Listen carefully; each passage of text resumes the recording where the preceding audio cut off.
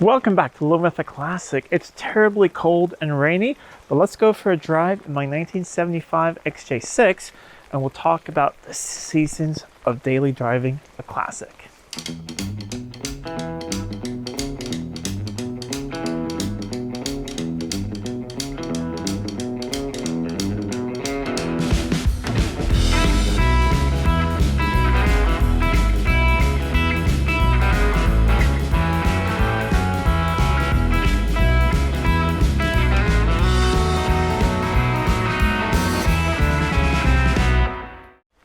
Just checked all the fluids and they seem fine. I've been sitting here since pretty much right around Christmas when I brought the X-Type into the workshop, which means it's been sitting outside for a while. And I thought, you know what, let's take it for a drive. I usually like to have things sitting at least covered or inside for a bit. But we're gonna get snow again. I want to drive this a little bit just to move the fluids around and get some heat in here and get some of the moisture out of the car. A little dog along. Let's see if it fires up. Oh, battery's low. There we go. We'll let that thing warm up a little bit. I'm going to dry off the camera and we'll go for a drive. We're pretty warmed up now, just pulled away from the house. Starting to get some heat out of the defrosting. We'll turn up the fan speed a little bit. So yeah, this is normally my daily driver. However, I've had this thing through 2 winters and I've used it then.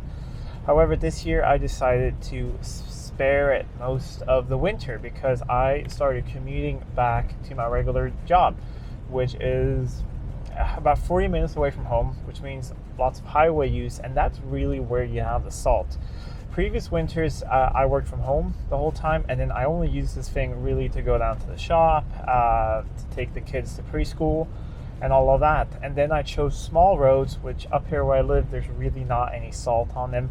They use a little bit of grit maybe, so like sand and things, but not salt, so I felt fine using it. However, things have changed now. I am now a 50% YouTuber and 50% have a regular job. So I will be even more at home, and my wife is going back to work after being home with our littlest one. So we've decided that she's picking up the kids every day from school, but I'm gonna bring them there in the morning. So I think this thing will start to see daily use then again, and then I can just take the small roads and it will be fine. But it's been sitting now for quite a bit due to a couple of reasons. It needs a few fixes, and we'll get to that in a little bit. But I want to summarize what has happened in this year, so season 2 of daily driving a classic. And I actually started using this thing to commute then long distance, which was really fun, but we'll get to that. So the year started, or the previous year ended, that's 2021, it ended with this thing getting a brand new engine. And it really just got plopped in time for Christmas, and I drove it a little bit, and that's it. But it wasn't really set up or anything. It still had some leaks and things going through. So I went through and got it running really, really well, and then started using it. But then once again, I was supposed to go back to work, but that didn't happen because of more of, well, we can't really talk about that whole thing but we all know what we're talking about, the whole thing all over the world, illness and all of that. So it really kind of sat. I just, whenever I needed to use a car, I used it, but I hardly, maybe once a week. So it hasn't been that much driving, even though it's been my main car. Then after the summer, I started going back to the office, and then this thing started doing the commute, which it did really, really well. Fuel consumption, everything was good, and I just enjoyed driving. However, I did notice one thing. I felt like it was running just a little bit too warm the whole time. And that was the ovens. It just wasn't really working for me, and it wasn't giving me any heat. Because now, I mean, I have excellent heat, which is really needed today when it's so cold out. So I removed that, flushed the coolant system, and now we just have regular coolant in it. However, while doing that, I noticed one thing which I didn't tell you guys about.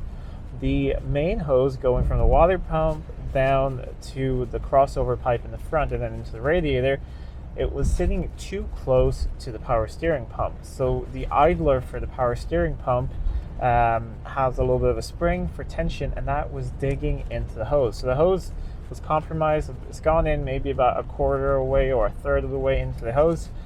So monitor that. There's no leak or anything, but I have a new one, so I want to replace that ASAP. I also have a slight coolant leak on the little bypass hose up there. It just, I think I damaged it a little bit when I put everything back together with a new thermostat, and however I tighten a hose clamp, I can't get it to be leak free. So I have a new one, so that will be going in as well. The main reason this thing's been parked now, however, is a safety thing. It doesn't really have the best brakes. They're fine for a while, but then they get really bad.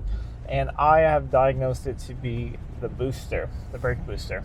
And that was also a little bit of the misfire. The last sort of big thing that happened to this car during the year was adding electronic ignition. I mean, it had electronic ignition before. It had the Series 3 Opus system, which is a fairly good system. And I just went over a bump, and I think something happened here. I've lost the function of wipers and all speeds of the fan. So I'm gonna pull over here and have a check. I think it must be either I've blown the fuse or I need to wiggle the fuses around. Must be a loose connection. All I did was I had to remove the fuse cover and it all started working again. So some sort of loose connection. All right, pull back a little bit. There we go. Now we're down below the trees here, so it should be a little bit lighter up. It's a really, really dark day out. Miserably rainy. That was the last big update. The electronic ignition is a 1, 2, 3 Bluetooth system, working very, very well.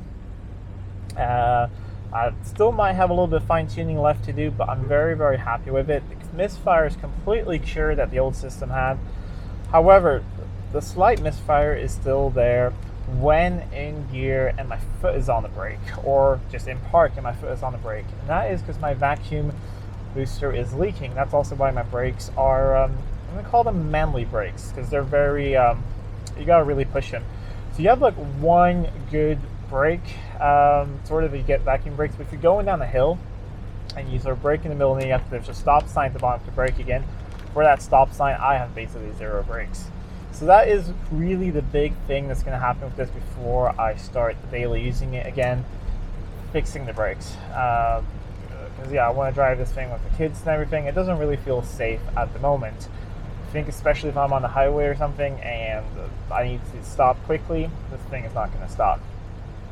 Other than that, we have the persistent exhaust leak that we've had the whole time. Since putting in a new engine, I have a spare set of manifolds. They're going in. I'm just going to rebuild them a little bit, put new studs in them and all that. And that's pretty much it for this thing to be mechanically sorted. I will want to check the valve clearance on that new engine in a little bit. It sounds a little bit tappety, but we're still sort of running it in. Otherwise, this thing is it's up and running, and I think it's good to take it out here just to fully warm it up a little bit. I've mostly just moved it around the yard for a bit, and it hasn't got fully warm, so it's good to take it for a little trip. Turn it around so you guys can experience the absolutely awful weather. And so far, basically since Christmas, it has rained every single day except one day. So it's just absolutely terribly wet everywhere. But the good thing is there's no road salt at all because it just hasn't been cold since it's been raining a lot. So I'm getting a free undercarriage wash just driving along here. So all the vitals are good. Temperature is perfect. Oil pressure is 50 pounds as we're driving along here at about 2,000 RPMs. And it's charging. And I'm very, very happy to be out in this car again.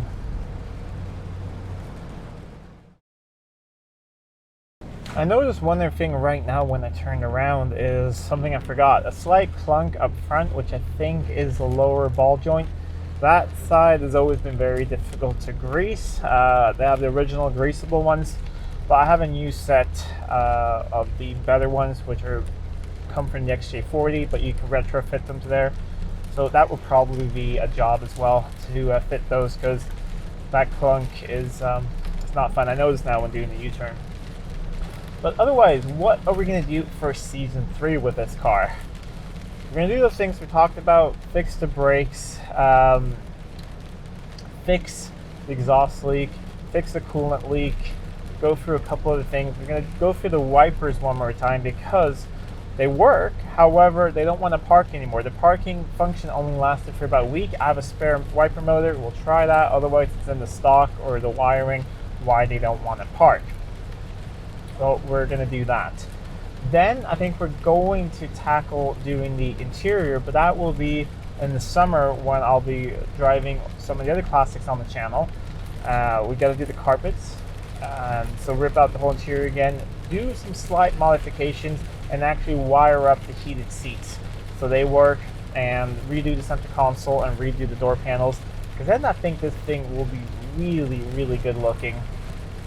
And basically, other than that, just try and drive this thing as much as possible and really just put on the miles and try everything. I want to do a long test of this electronic ignition system, so that's really all I want to do, is just drive this thing and enjoy it, and hopefully put a lot of miles on it.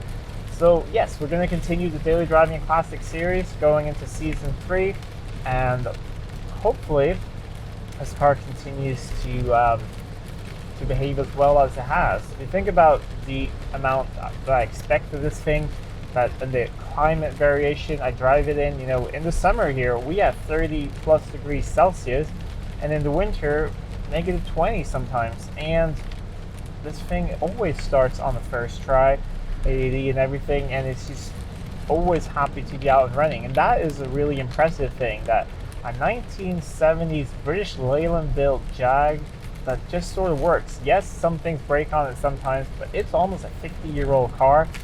So far, knock on wood, and there's a lot in here, it hasn't broken badly enough to leave me stranded. Anyways, if you like this video, you want to continue following along with the Daily Driver XJ6, please subscribe to the channel if you're not already subscribed. Until next time, I'm Adam, this was Living with a Classic. I'll see you soon.